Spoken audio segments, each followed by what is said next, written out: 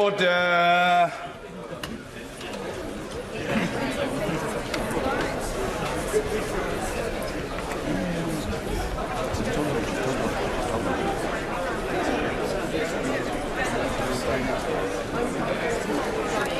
Order. Just before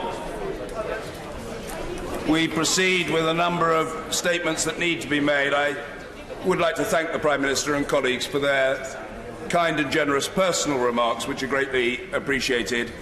I want to thank staff of mine, past and present, who have given of their time to be here today for the last Prime Minister's question that I chair. All of them are people who've worked with me for a significant period of time. We've had fantastic relations and a terrific bond, and I hugely appreciate the fact that they've bothered to turn up on this occasion. And in particular, again, I want to thank my wife, Sally, and our 3 children, Oliver, Freddie and Jemima, for the support, stoicism and fortitude which they've displayed through thick and thin over the last decade. I'll never forget it, and I'll always be grateful for it.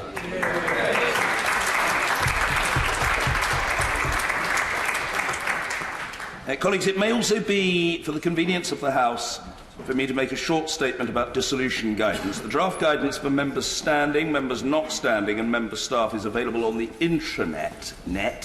It will be finalised after dissolution is confirmed. In the course of today, answers to frequently asked questions, capital F, capital A, capital Q, will also be published. These will include an answer to the point of order raised by the Right Honourable Gentleman, the member for North Thanet, on Monday concerning arrangements for Remembrance Sunday. Colleagues, I'm very pleased to announce the appointment of Patricia Hillis as the new Speaker's chaplain. She was selected following a fair, open and competitive recruitment process. Tricia, as she likes to be known, is currently Canon Pastor at St Paul's Cathedral, where she leads on diversity and inclusion and, goodness knows there's a piquancy about this today, on the Church's response in times of disaster.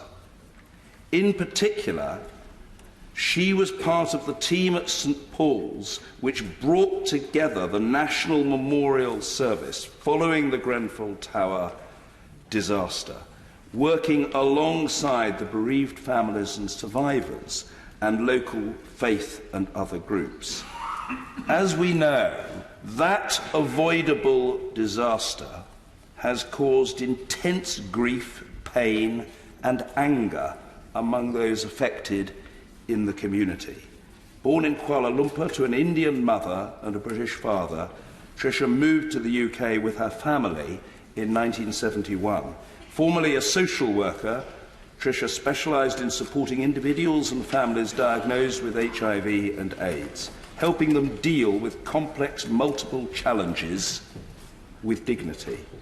Married to Andrew, who is head of the Youth Offending Service for Southwark, Tricia will additionally be priest in charge of St Mary at Hill in the City of London. I am also proud to say that she will be the second female Speaker's chaplain from a BAME background. Tricia replaces our dear friend, the Reverend Prebendary Rose Hudson Wilkin, who leaves on Thursday to become, and I am so proud to say this, who leaves on Thursday to become the first black Bishop of Dover.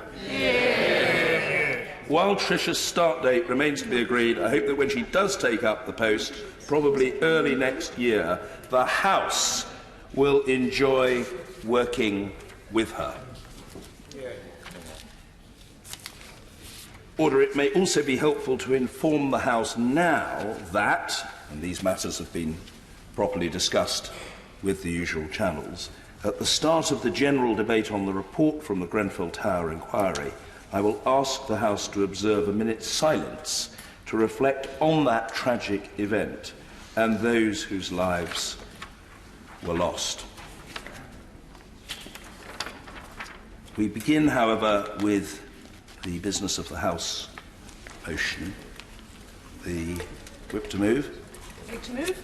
The question is, as on the order paper. As many as are of that opinion say aye. Aye. Of the contrary, no.